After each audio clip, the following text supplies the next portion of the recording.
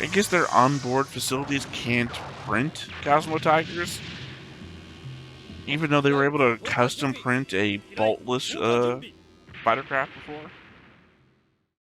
Hey everybody, welcome back to the Stoneface Reactions. I'm Theta, and we're back with another episode of Space Battleship Yamato. We come back as we normally do with the notes, comments, and a board, so let's go ahead and look at that board first thing, where the board changelog is pretty succinct. Added Hajime Saito, from the movie, now in the show, and this time also Todo Hyo, and connected them to the Yamato crew line and then to Nazca with a red line. Otherwise, on to notes. I don't know why they made the Milky Way and Andromeda galaxies parallel in the opening, because they are not. And I don't just mean it in the art. The narrator makes a point of indicating that they are. I would say that it's a strange choice, considering how accurate they've been about most other space-based science. But it feels like they've abandoned that side of things this season. I mean, just with the inclusion of, again, Planet 10 and Planet 11 are not so much not accurate. There are a bunch of planet classified objects in the solar system. We just don't get taught about them because they're not classically I would say 9 planets, but now it's 8 planets. So, I guess more so, the space-based civilizations. I don't know. It feels like they're going a weird angle this season, but that's not really my point. The element is that Andromeda and the Milky Way are not parallel. I appreciate that the episode after I changed everyone's portraits to their new white face images, they go right back to being green again. Well, too bad. I'm keeping those images. Just like my images for Dessler, Gantz, and Schultz in Season 1 are just human guys. You'll remember what you did. I could swear we were saying goodbye to the solar system in Season 1 just after having left Pluto. It's just a weird feeling to focus on that in one season and introduce 2 new planets to indicate that now is where we draw the line on leaving the solar system. I mean, it's not impossible for them to have found new planets and built bases on them over the last year. We'll say odd priorities, though, considering that rebuilding the Earth was also on the table. Also, what is the point of introducing a millennia-old dead civilization as we are leaving the system? It'd be different if we found it in another system and then had to leave, but this is in our system. It's going to have to come up again if we're going to keep getting new seasons of the show. They have to do something with it. In hindsight, why did Nazca even bother attacking Planet 11? I don't know if you know this, but the distance between the planets becomes exponentially larger the further away from the sun that they are. The inner planets are closer to one another than the outer planets are. Basically, like the distance from Earth to Mars is only 57.6 million kilometers, compared to, say, Neptune to Pluto, which is about 2.7 billion kilometers. Planet 11 is so far out that its existence to the rest of the solar system would be meaningless militarily. Add on to that it has no space force, just an entirely ground-only operation, and it can literally do nothing to harm you. In most sci-fi media I'm used to seeing, an invasion like this would just be completely bypassed. Usually you see it's like they bypass Mars or something, which is typically the only other target of interest in shows like this. Babylon 5 is coming to my head right now, but I know there's other examples of this. And they just hit Earth directly. We've already seen one of their vessels flying over the Earth unmolested, and that was before the Yamato shot down the self-defense satellite. Nazca is literally wasting his time when he could be hitting a target of interest. Say, the power plants on Venus that were mentioned before. Or, Earth. We've seen the Common Empire's ships can take out basic Earth Defense Force ships no problem. The Yamato would already be leaving the system at this point, so you just go around them, leaving just the Andromeda in your way. I guess I'm just saying that Nazca is being dumb, attacking a non-valuable target for no reason. Something that's always odd in certain sci-fi media is how nearly every group is statistically around the same. Sorry, I wrote statistically for some reason. I know I meant statically around the same technological level. Like, Gamulus was slightly more advanced than us at first, and then we overpowered them, all despite them being older and still an active empire. The Comet Empire is circling the universe, conquered a whole galaxy, and yet is apparently our technological equals, or were, as a couple of upgrades makes us their superiors in a number of fields. You'd think, as the new kids on the block, we'd be on the back foot. I mean, I get that Iskander gave us better engines and a new gun, but everything else is on us. And also, not for nothing, Iskander should be the technological equivalent of Camillus. So, I believe Dessler's ship has a wave motion cannon. I'm pretty sure Domel had a wave motion cannon type thing in his purview as well. Yeah, the Yamato is just one ship. I know it's the hero ship, right? So it's got to be the focus. It can't lose. But even the Enterprise gets blown up now and then. I know I already harped about the stupidity of Nazca's assault, but why even land ground troops? They've been blowing up the base so far, so no given desire to want to take it. This is a planet hostile to life. There's no need to move in and clear when enough damage done ensures that no long-term survivors can remain. Legit, just pound the base into the ground from orbit and move on. Landing troops only puts your soldiers into harm's way for no reason. Like when the dragon lands in a fantasy setting. No reason for it to do it other than have a fight that the main characters can participate in. Ah, cool. More enemy ships just running into each other. The Yamato shoots one with torpedoes, and the next one just rams into its exploding remains. If the Yamato hadn't shot the first ship, then the other one would have just rammed into it anyways. The Yamato's success quite often falls into the same camp I put Reinhardt from Legend of the Galactic Heroes into, which is to say, sometimes it isn't the brilliance uh, of the main characters that win the day, but the stupidity of the enemies. It's interesting that the Yamato picked up these 20 guys with no discussion about what to do with them in either direction. I mean, Saito doesn't demand to go with them or request to be sent back to Earth. Likewise, Kodai doesn't tell them what's going on or give them any standing orders. They're just here for the ride. Speaking of the ride, the Yamato still has no idea where it needs to go, unless I'm forgetting some information. It's leaving the solar system, knowing that attacks are happening, with the only clue being an undeciphered message from God knows where. I mean, unless they're, I guess, following the retreating Nazca back to wherever he's running to. As I said, though, that's my last note. So on to comments. All right, first up, we have Arthur Painter. Space Cavalry is the term used by Yamato. Space Marines is used in Star Blazers. The central anime subbers weren't consistent when they named the episodes. I'll mention that when I'm putting the titles of the episodes on things, I've actually been taking the titles from IMDb, which I do recall I did have some problems because they used the other name. Shit, I can't remember off the top of my head. The A one. When they don't call it Yamato, they call it some other name. So, I don't know. Maybe that's the problem. But I don't really. No, and actually, sometimes, sorry. I do sometimes use I was using the IMDb page. Now I think I've been using the wiki recently because it has the listing of the episodes. And I would assume that they wouldn't do that. They wouldn't use the Star Blazers names. But, I don't know who's editing that thing, so. I don't remember the name NVIDIA showing up in the subtitles, but if it did, it was another mistake. Sabira is Yamato, NVIDIA is Star Blazers. NVIDIA is Latin for envy. I mean, cool to know the Latin thing, but I don't know. Again, the element is that my memory is shit. So what I may have done outside of what I took notes about, like taking names, finding names, that sort of thing.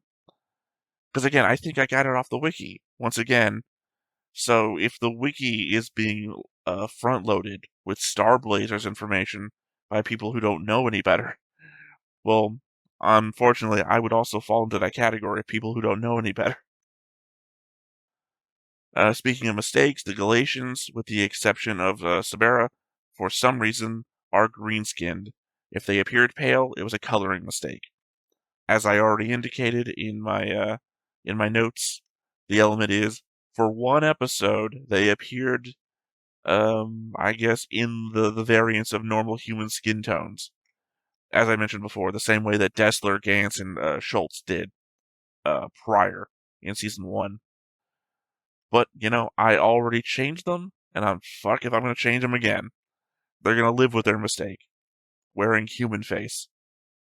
In the Yamato solar system, there are 11 planets. Pluto is number 9, planet 10 is an asteroid field, the one the Yamato used for asteroid defense in Series 1. Well, technically there is a second asteroid field in the real solar system. I just don't think it's... I'm not talking about the Oort cloud. I think there is technically a... You would call it debris, but it's not like debris. It's the discussion that we had previous that the asteroid belt isn't as crowded in reality as sci-fi likes to make it. The Starblazers dub fashioned names for these planets. Planet 10 was Minerva, and said to have been blown apart by the Gamleans. Well, I mean, that would stand up to my argument before that even though they're coming from the Andromeda Galaxy, if Teresa, or whatever the name of the actual planet is here in the Milky Way, then they must have been here before. Although I don't know why they would have blown up a planet in our solar system. Planet 11 is Brumus. What is a Brumus? Not quite sure. Best guess is it's a misspelling of Brumius, which is an alternative name for Dionysus? Sorry, I'm not good with this Greek god. You put down he's a Greek god of wine. Oh, I might be... Isn't that Bacchus? Isn't Bacchus the Greek god of wine? You know what? Fuck it, I'm going to take a quick interlude here. Nope, sorry. Bacchus is the Roman god of wine, of course. Adapted from the Greek god. Dionysus, that's sorry. I was having a hard time pronouncing, and that's what led to my sideline here. More names. The Galatian horseshoe crab fighter was called Desbetia, which English-speaking fans sometimes jokingly translated to Death Potato. As of the modern series, the official name is Death Vertator? Death Vertator. I don't know why I'm having a hard time reading shit tonight. I apologize. Another classic 2 a.m. recording where I become dumber as time goes on. Yamato 2202 director Nobuyoshi Habara said it was supposed to be a portmanteau of death and devastator. So the pronunciation they were trying for was Deathvastator. The whole thing with the asteroid field bothers me as well. I remember hearing that NASA and other space agencies don't even consider the asteroid belt when launching deep space probes, because the chance of hitting an asteroid is practically nil. My hand-wave explanation is that the asteroid fields seen in Yamato were created using those asteroid defense probes, specifically for the purpose of military training. I mean, I would disagree with that, considering that we saw the size of those things when they were... If we're talking about... No, I'm talking about the defense field that was used the one time. I think you're talking about something else. 2 things about the Yamato demolishing the Galatian forces at Planet 11. 1, in the first Yamato 2 episode, they seemed to be running the ship on a skeleton crew. There was Kodai, Ahara, and a bunch of nobodies on the bridge. They didn't have a fighter group on board, which is why Kodai went out himself in a Cosmos Zero. They were hardly in ideal fighting conditions, despite, being there for protection. Also, what the hell, Kodai? You're in command of the ship. You don't leave your post in the middle of an attack to play Top Gun. And 2, since that episode, the ship was upgraded with new, more powerful shot cannons. I mean, yeah, I know that. And 1, Kodai was doing that shit back in the first season, so I wouldn't automatically suspect that there was no fighter group on board, or that they were running a skeleton crew, because that's just shit Kodai was doing before. He has main character syndrome. He will run out and, he'll do that thing, even if there's other people to do it. And it's not the element that Yamato itself was understaffed. It's the other ships that get damaged. and the Yamato basically runs with them. So it proved it was superior by the element that it took out a fleet of which Yamato was a part of. I knew a fan that hated Yuki. She only existed to worry about Kodai. Yamato being flooded with poison gas and enemy soldiers? Oh no, Kodai! The city is in chaos due to a blackout? Oh no, Kodai! Insert crisis here? Oh no, Kodai! I don't recall Gamelin's ships colliding with each other, but for one time during that showdown with Domel, granted that was a big one, but I can't think of another. Maybe I'm reading you wrong, but it sounded like you think it's a common occurrence. And regarding that episode, yeah, it provided a quick wrap up on the battle, but I looked at it as the vagaries of war. 1 minute you're on top, then something stupid or unexpected happens, and you lose. I believe we had a back and forth in the comment section where you pointed out that one of the fights that I'm recalling was just a series of explosions that carried from one ship to the other. I'll also point out that, as I pointed out in that comment, the Pluto fight was like the first occurrence of all the ships just running into each other for no reason. And you indicated that you recognize that that fight with Domel also did it. So that's at least two major battles with ships running into each other. I think you also indicated Dessler running into the Yamato, but I'm not counting that. I'm only counting gameless ships running into other gameless ships. Which, not for nothing, but it follows into that meme. If I had a nickel, I'd have 15 cents, which isn't a lot, but it's more often than you think should happen. You missed Jiro Sumori. He was the third named Cosmo fighter, Tiger pilot who joined up along with Kato and Yamamoto last episode. If you've forgotten him already, that's okay. The Yamato writers do too. I guess he's the Hayashi of Yamato too. Do you remember Hayashi from Series 1? Isn't that the guy who leads the group onto the Diamond Island? Because he wants to stay on Iskander and then ends up dying with everybody? If you don't, you could be a Yamato writer. The modern series is much, much better at tracking these minor faces, so it might be worth noting these minor characters for when they show up in the retelling. Sorry, now I just really do need to check the board. Is that who I'm thinking of? Hayashi, where are you at? Nope. I was thinking of Yabu. Oh, navigation. Oh, yeah, no, I forgot about that guy. Alright, yeah, nope. I forgot about Hayashi. And you're talking about Jiro? I mean, I've got no Jiro except for Jiroshima, who's that kid who's related to, last name Shima. So yeah, I've never had Jiro Sumiri, unless he was only introduced in Yamato 2. Alright, well, that's one over my head. That's it for now. See you next week. Maybe I'll even comment. Alright, next up we got Kellen Winslow. It's a good 0 degrees here in Wisconsin, and watching your newest reaction helps deal with the cold, lol. Well, cold snap hit here, but we're not even going to get sleet or anything. I have a hard time believing that people would just turn on the heroes of the Yamato that saved the entire Earth. Maybe the government would try to spin it that way, but I don't believe that normal people would just believe it outright. And even the government and military should owe them such a huge debt that they should overlook what the crew are doing. I mean, I understand keeping order, but without them, there would be no order, so I don't know. Maybe it's just me. I mean, again, a large part of the population just saw them shoot down a defense satellite that, to them, is the defense against all this happening again. And from the military standpoint, remember, they've got a wave motion cannon which could conceivably destroy the Earth. You would have the best interests of everybody in mind, I would think. Like, who's to say that Kodai doesn't get a Christ complex? Think he is the savior of mankind. Maybe he's more important than the government now. Maybe people should worship him. Like, who the fuck's to know what that kind of shit would do to you as a person? To have saved all of humanity. And now you also have happened to have stolen the ship that has the gun that could also end humanity. I do see your point about them being painted as traitors after destroying the satellite, but it just seems a bit flimsy. This is handled a bit better in 2202 due to certain people not wanting to take responsibility for things that they did. Your point about Yuki dying on the Yamato is noted, but Earth is pretty vulnerable, so I guess it's 50-50 either way. If it's dangerous no matter where you are, I would not leave her behind. I believe that was also my point.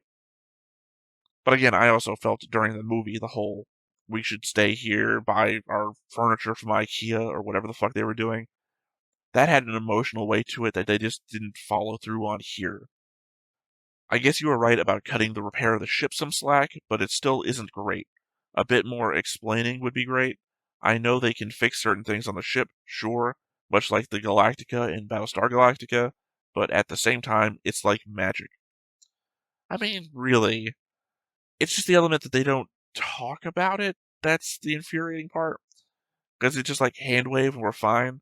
But they have all the elements. Like we did the walkthrough on the ship. Here's the factory where we can reproduce anything, right? And then in another episode, we have like these things that can attach themselves to asteroids and pull them in. So we've already established that they have a factory to make anything, and they have the means to pull in resources to then make stuff with. So conceivably, I guess if you wanted to like reality it, they should just spend a lot of time. And they did, in that I kept track of the time that they were spending, and it was just like from one episode to the next, a month would go by. It's like, okay, I guess. I can't disagree about your point about giving Yuki some character moments. It is better than nothing, especially since she is the only woman on the ship, which I also never really liked when I was younger.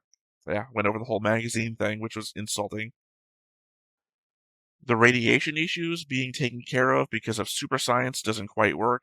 After all, Okita had radiation sickness called space sickness, which is referenced in Gunbuster, and they couldn't cure that, but it is what it is.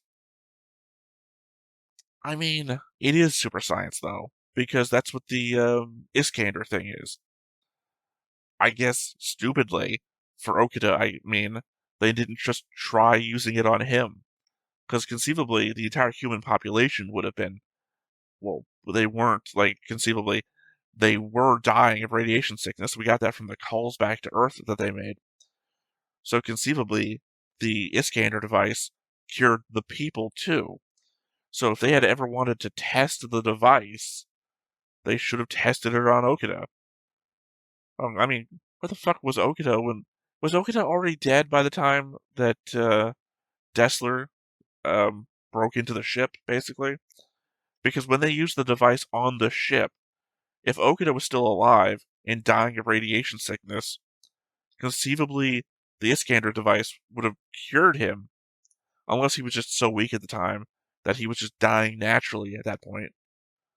So I just can't remember if he was dead by that point and they'd already made Kodai acting captain, or if he died after it. No, he must have died after it because he dies in view of Earth. That was the whole point of that. So yeah, he really should have been cured by the Iskander device. Again, unless the idea is that he was cured of the radiation, but then just died of natural causes because he was so hurt, having pushed himself the entire way. I mean, I could believe that. I mean, I only had a problem with the radiation thing thinking about it, but having him be cured but still so ill because he pushed himself the entire journey, I could go with that too.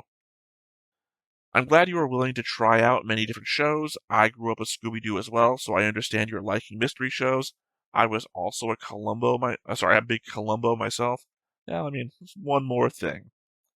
It's ironic because I think I was seeing a video in my feed earlier about the element of Columbo telling you who the killer is at the beginning, and then, you go through the whole mystery plot anyway. I would recommend a few for you, but you probably have too many as it is. But I've been watching anime since the 70s, so if you want a few interesting ideas that would be appropriate for the channel, I could toss a few out sometime. I mean, we have a whole recommendations channel on the Discord that is currently massively filled out by Phil Fisher, which is why when we do the polls, it's called the Phil Fisher Rundown, because typically it's just everything that Phil Fisher always recommends. The map at the start of the episode was a nice touch, but the Comet Empire coming from the Andromeda Galaxy, if that's even where they started, is crazy. Just how fast is that thing? And saying they went around the universe, which is all of reality, is something that I don't take seriously. Maybe they meant galaxies or just didn't think. It's not just this show, rather. Even newer stuff, like the terrible Abrams Star Trek film, messed up the distances and scale. Well, I mean, the element is, if the other comment that we just read was to be believed, that they've already been to the Milky Way, so it seems like they're indicating that they're not circling the universe, but they're circling these two galaxies, you know? Because we also have Gamlis in the Magellanic Cloud, which means that they've been in the middle of the Comet Empire, circling two galaxies. I liked Engines of God, also. I'm a big fan of classic sci-fi like Isaac Asimov, Herbert Heinlein, etc. A really good series from the 90s is Stephen R. Donaldson's Gap books. You'd probably like them. I think, again, Greg Bear is my favorite. Eon, Strength of Stones, Blood Music. Kim Stanley Robinson, the Mars trilogy. Red Mars, Green Mars, Blue Mars. Sorry, nothing else is coming to my head right now. It's been a while. Once again, I appreciate your work in the face of the sheer amount of stuff you are watching and have to edit. Checking out stuff you enjoy rather than constantly chasing the algorithm is admirable. It reminds me of how Super Best Friends used to operate back when they were still together. Keep it up, and thanks again. Yeah, I haven't, God, what is his name? Damn it. One of the Super Best Friends I've seen doing things online. The other one I haven't. But then again, I've seen what Continue has been around for just as long. Although I like Super Best Friends animated shorts more than anything else. Anyway, those have been the comments, so nothing left to do but to hop on in and see what we get from this episode. But before we get started, make sure that you hit the like button, hit that subscribe button, comment down below to feed that algorithm. On top of all that, if you want to watch more shows like this, unfiltered, uncensored, and uncut, as well as some early access stuff, you can check it out over on the Patreon. It's just $5 a month, but hey, no pressure. There's zero pressure in order to do that. It's just a little bit of extra support, and it would be greatly appreciated. Alright, well, here's hoping that the subtitles are going to be working alright. I have been constantly getting confused when trying to do my editing. Or not my editing, my prep for episodes. Because I do subtitle changing on Legend of Galactic Heroes, right? Because I want things to fit the frame right. I want things to be in the color coding that I want them to be in. And for some reason, I think it's because of the specific editing that I'm doing to Legend of Galactic Heroes. Legend of Galactic Heroes, it gets like 4 lines tall, like up to here. Don't want that. But I think I'm trying to figure it out myself. When I edit the subtitles, that's not that way. When I check out previous episodes to make sure that the editing is working right, it's not that way. I think the act of me cutting out the end credits or the next time on is causing the problem. Anyway, I do it here to raise the level up so it's not so close to the bottom of the screen. Again,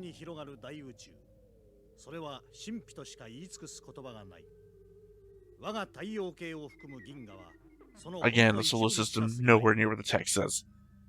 かつて地球を脅かしたガミラス星を含む大マゼラン雲、その遥か後方にアンドロメダ星雲が我が銀河系と並んで位置している。そのアンドロメダの方角より今一つの巨大な白色彗星が銀河系をめがけて走っていた。I mean, if it gets here in less than a year, that means it's already moving so much faster than Yamato did during Season 1. 大宇宙制圧を企む大帝ズオーダーに率いられた水星都市帝国であった。アンドロメダ星雲を我が物にした水星都市帝国の次なる目標は Again, if you're saying in Star Blazers they're implying that Planet 10 was destroyed by this empire, then they, I don't know. I guess it's the element of translation and making it its own thing from Yamato, that the two things can't fit together.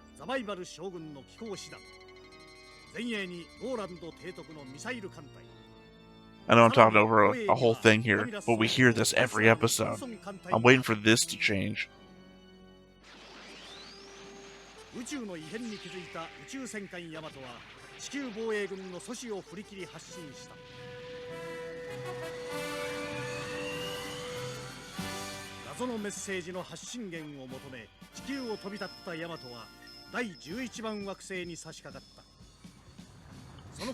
They encountered the stupidest battle operation they'd ever encountered before.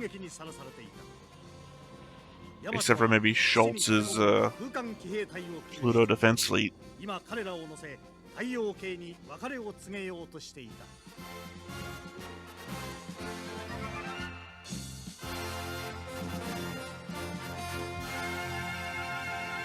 Yeah, I'm interested to see what they mean by subs. Do they phase in and out from the other dimension that Gamlis used to use? Because that would be a thing.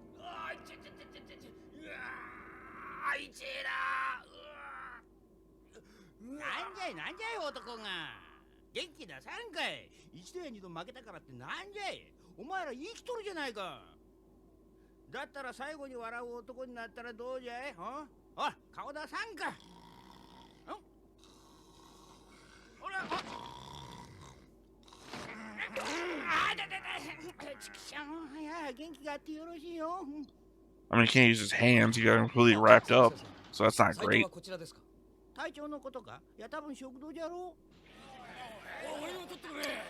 Yeah, I hope you came up with enough food, because these guys are going to eat you to death.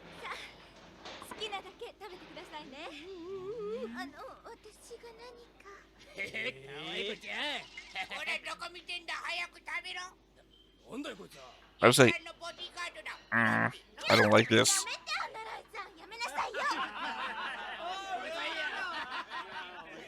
I was about to say everything that Analyzer implied would be happening with the crew if a woman was on board is fucking happening.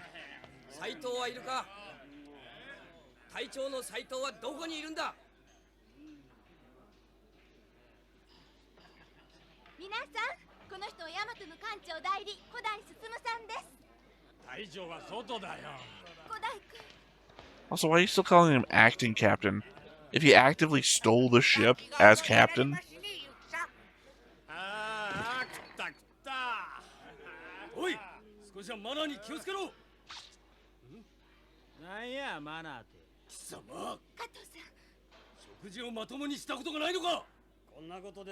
And there's 20 of them on board.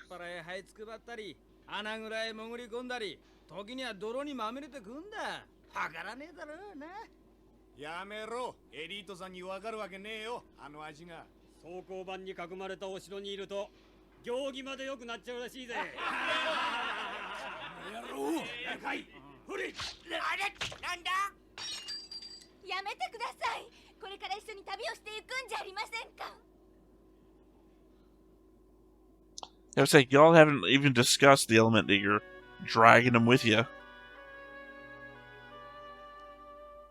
This could really be a problem, though. I don't know how you reinforce discipline on the ship.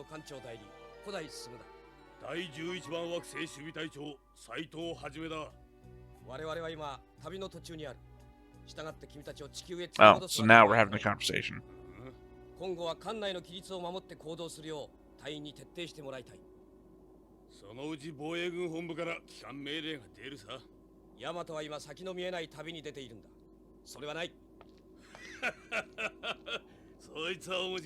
You'll eventually be ordered to go home.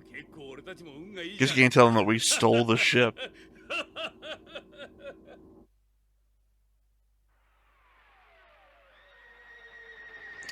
It's weird because in the movie, these guys just are here, and then the one guy gets the thing at the very end of the movie. Now we've like made them a problem.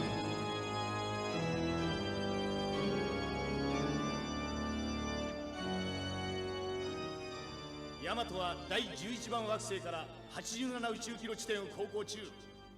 ラーゼラ、ナスカを呼び出しなさい。一体どんな顔してるんだろうね。サーベラ司令。ヤマトごときにしてやられるとは何ということ。しかし、 She's a commander. ナスカは必ずそれ相応に。ゲニッツ司令、もうちょっとしっかりしていただきたいわ。あんな無様な戦いを見たのは初めてよ。気分が悪いわ。ゲニッツ司令、申し訳ない。これで最前線基地の建設は困難になったようだな、ラーゼラ。いいえ、必ずやらせます。必ず。Were they planning to do it on Planet 11? Was it supposed to be the equivalent of the Gamulus Pluto base?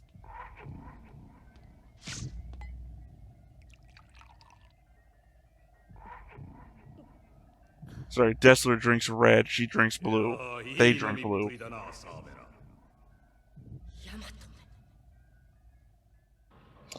Really, it beat one fleet, and now it's stuck in your head the same as Dessler. I mean, I'm not saying Dessler has no reason. I just mean that it beat one of your fleets, and you're as obsessed now as Dessler.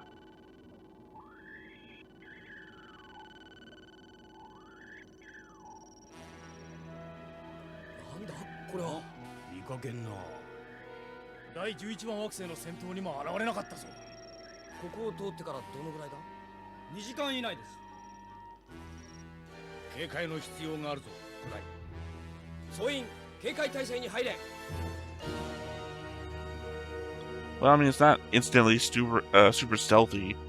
They detected it so easily. ここがヤマト農園なんです。おお、見事なトマトがなってら。勝手に食べないでください。すべて調理計画に入っているんですから。見て。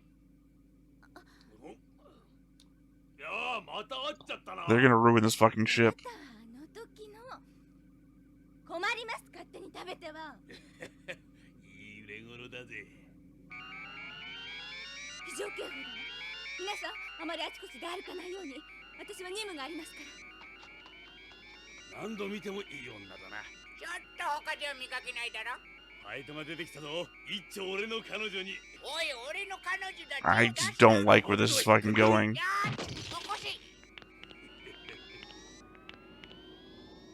Again, everything implied to be negative about the crew, they've attached these 20 guys. 遅くなりました。どうかしてるか。変だわ。メーターは触れてるのに映像が。古代スペースサブだ。次元レーダーが捉えたのはスペースサブだったんだ。なんだって。 But you visually saw it just a moment ago.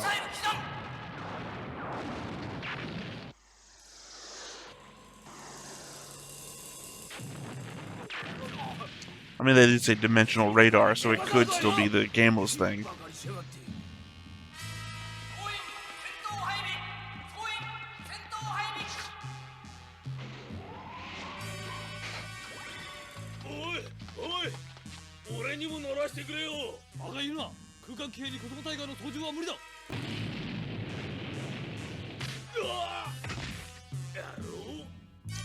I guess their onboard facilities can't print Cosmo Tigers, even though they were able to custom print a boltless fighter craft before.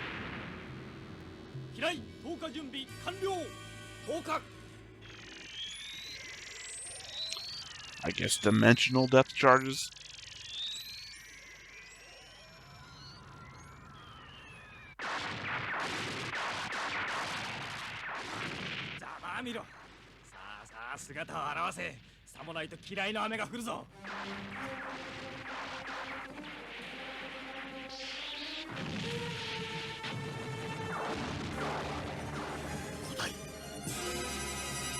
Yeah, the depth charge is doing jack all to them.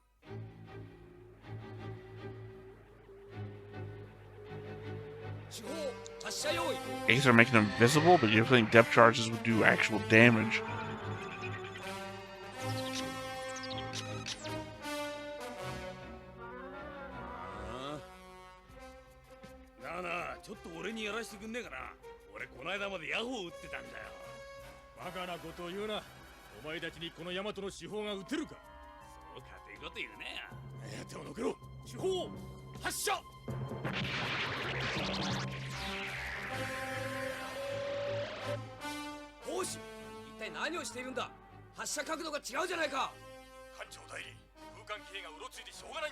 And these guys are just fucking everything up.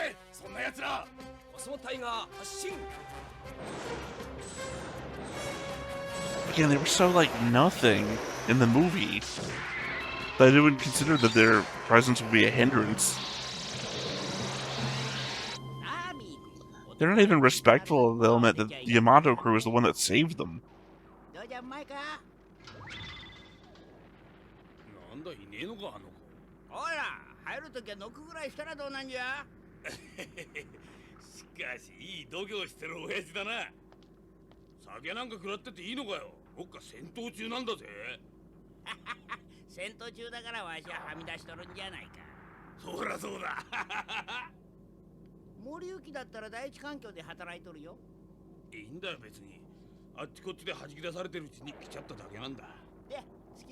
Because you and your crew are completely useless.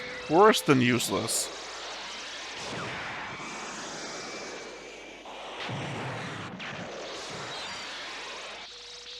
I mean, unless we get boarded. This would be a great episode to have a boarding action, so they can prove their worth in the same episode they prove how annoying they are.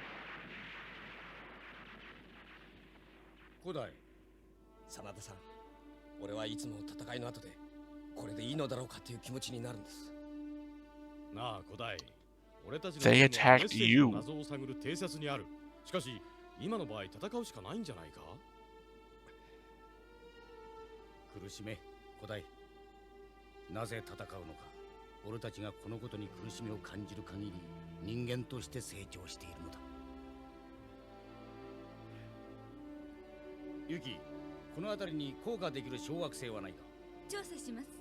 Expedition team? That would also be a way to make them useful.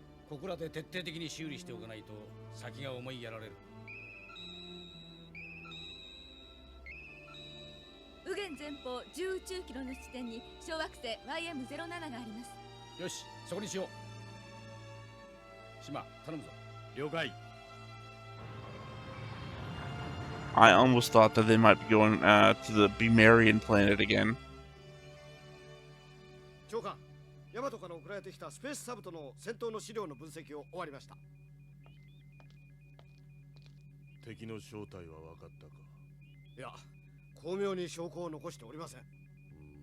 Oh, I guess he's no longer against them. I don't mean Toto, I meant the second-in-command guy.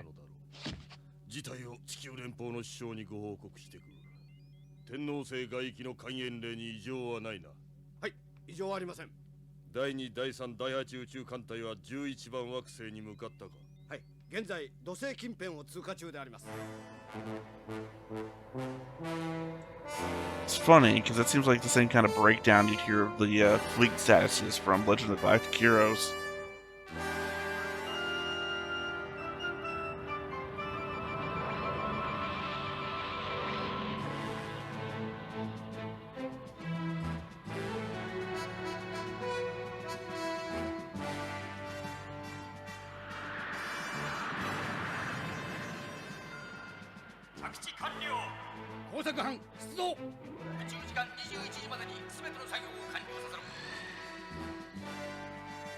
I don't know why. For some reason, I thought they were trying to find a planet with, like, life on it or something.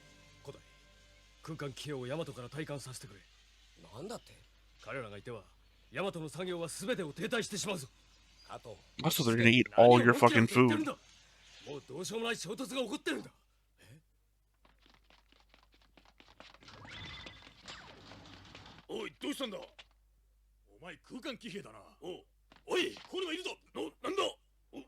Well, this probably isn't a great idea.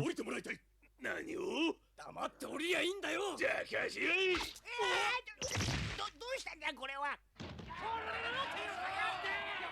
Yeah.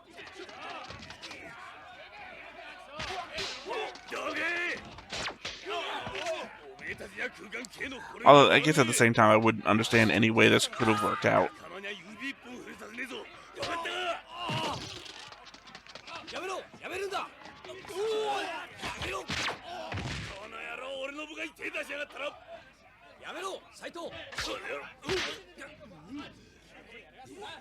I gotta say, I don't see any way that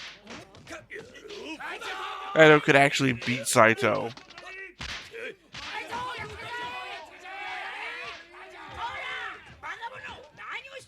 Kaido's a fucking gunner, right?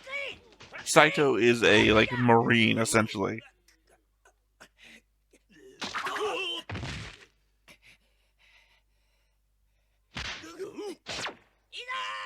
Although Kaido is a main character, Saito is new.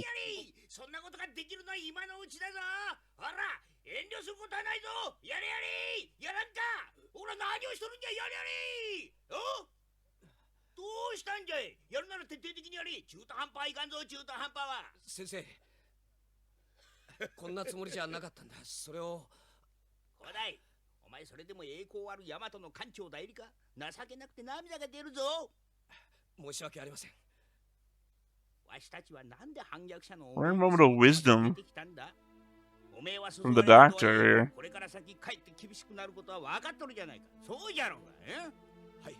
先生、手を出したのはこの俺の方が先なんだ。お前もお前じゃ。それでも部下を率いて戦ってきた男か。先生、だから俺は仲間が随分死んじまったからな。もう一人でも傷つけたくねえ。艦長代理を当分ヤマトの軒先を借りるぜ。だったら今後むやみに艦内をうろちょろするな。何？Instantly back to the fists. 先生、僕は斎藤も含めて全地球、いや、もしかしたら全宇宙の生命を預かっているんです。今後少しでも作戦の手違いを起こさせるようなことを。I mean, maybe you should have fucking talked to him about what's at stake, because he doesn't know jack. 斎藤。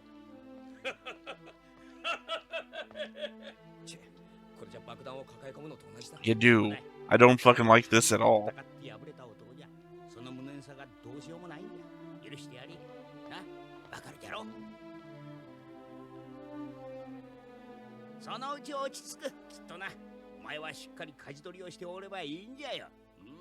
I have no idea that they will know their place. They're legit doing whatever they want, including eating up the food.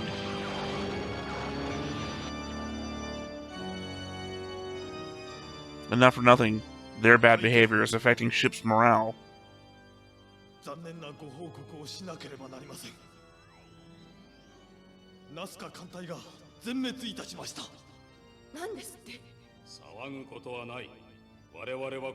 that include Nazca himself? 地球にはヤマト以上の戦艦アンドロメダがいる。さらに同じクラスの戦艦が続々作られるだろう。しかし、力に頼る者は力によって滅ぼされる。我々の征服の旅の楽しみがますます増えていくではないか。How do they know about the Andromeda? They know about the Yamato because Dessler came and talked to them about Yamato.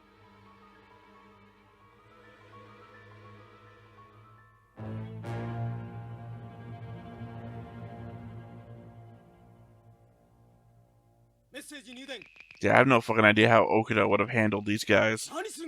どけ。この通信は俺が受ける。通信長は僕です。島さんは操縦に専念してください。相原、どっちへ操縦していいか、航海のデータが得られるのはこのメッセージしかないんだ。もしもし。そうか。相原、この通信に限っては今後島と変われ。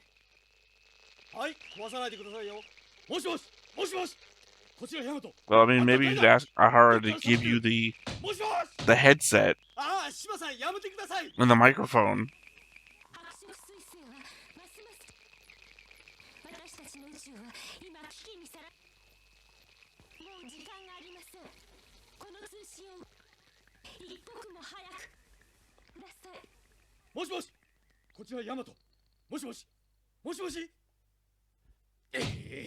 It's getting clearer. But again, they had no idea where the fuck they were going until now. No wonder they're not that far away from Planet 11.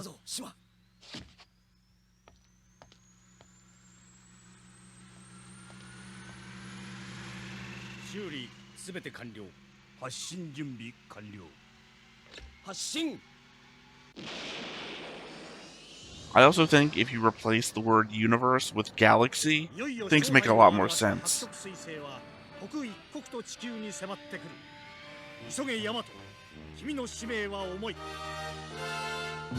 But this time with no specific time requirement.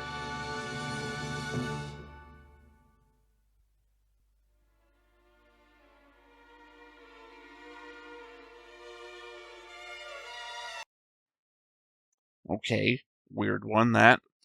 I mean, granted, we've encountered it before. Probably not the same one, mind you, but I don't know. I'm not a big fan of them turning the Space Cavaliers into this problem. Although at the same time, humans having a problem with other humans is a very relatable situation. So, I mean, it's better. Okay, music composer died in 2006. It's been forever since we've had a editor's note, so wasn't prepared for it. Yeah. I mean, it's a very understandable situation. It's just I'm not comfortable with it, I guess. I suppose it is reminiscent of, as was earlier invoked, Battlestar Galactica. I mean, the remake anyway, where you have the civilians so the politicians, I guess, butting heads with the military. The one that comes to my mind is the Maquis and the Starfleet people on Voyager. But even then, because like these guys are like, again, it's the element that Kodai does not explain to them the severity of what's at stake or how long they're going to be out until like near the end of this episode. So when Yuki's like, "Oh, don't eat that. We need that on a timetable for when they can be cooked and eaten and whatnot," and I'm stuck here thinking, "Oh, this is their renewable food supply. These guys are going to fuck everything up." They don't know that. They think they're going, or possibly could be going back to Earth anytime soon. So what the fuck do they care if they eat a watermelon or some tomatoes or whatever the hell they're going to eat? But meanwhile, I'm sitting here thinking, oh my god, they're just going to be fucking eating all the food. But even though that was like a concern I had in season 1, where they said, oh, we brought this many months supply, and then we hit that number, and they just don't fucking address it whatsoever. Even when they get to Iskander, and my thought was, oh, we're going to get to Iskander, resupply, and then head back. Don't mention it, so. Even though we're taking things, or at least in season 1 we're taking things fairly seriously in the realm of, if there's like such a thing as super robot and real robot, this is going from, God, what do you call it, like space opera to hard sci-fi. I felt like this is starting to lean closer to hard sci-fi from space opera. But we just don't address some things sometimes, so here's hoping that we address the consequences of these 20 guys going ragtag all over the ship. And again, the misogyny, the sexism, still not a fan. Was hoping that Analyzer was actually going to back her up. He did more of it himself. But then again, Analyzer is the one that wrote the misogynistic article the sexist article. I don't know if he's being misogynistic. He is being sexist. In that, or I say he wrote it. He's a fictional character. He, as in whoever wrote for him, wrote the article for him. I sound like an idiot no matter what I say here. Analyzer is not a real person. Whoever is speaking as Analyzer, as the fictional character Analyzer, is the one who put that in there. So having Analyzer not stop being a misogynist Just obviously, I've said all I have to say about the element that, oh, they're all in cryotubes and whatever, and you can't blame the crew for what they would do with women on board. It's like, fuck off. Well, anyway, I like that the episode follows up on the events of last episode. I just would have thought that these guys would have been happy at being saved, but again, also the doctor points out they lost their first fight, so maybe they're just like down because of it. There's a lot of psychological shit that could be happening right now, and I like that they're addressing it because I would have frankly put that well outside their ability to do in this show based on the writing we've gotten so far. It shines a lot, like when we see with Kodai thinking about the consequences of what he's done vis-a-vis on Gamulus, and I guess that's what's being reflected here when he says, every time we get into a fight, I think about if I've done the right thing. It doesn't so much apply here, because again, they attacked you, but thinking back to, does he feel responsible for the death of a civilization? Then, yeah, I could see him coming around to that. So there are a lot of in-depth things that come from Season 1 that inform the Season 2 characters. I just don't know that I'm on board with the Space Cavaliers just yet. They are more annoying than I think they add to anything yet. But, they can develop. This is still pretty early in the second season.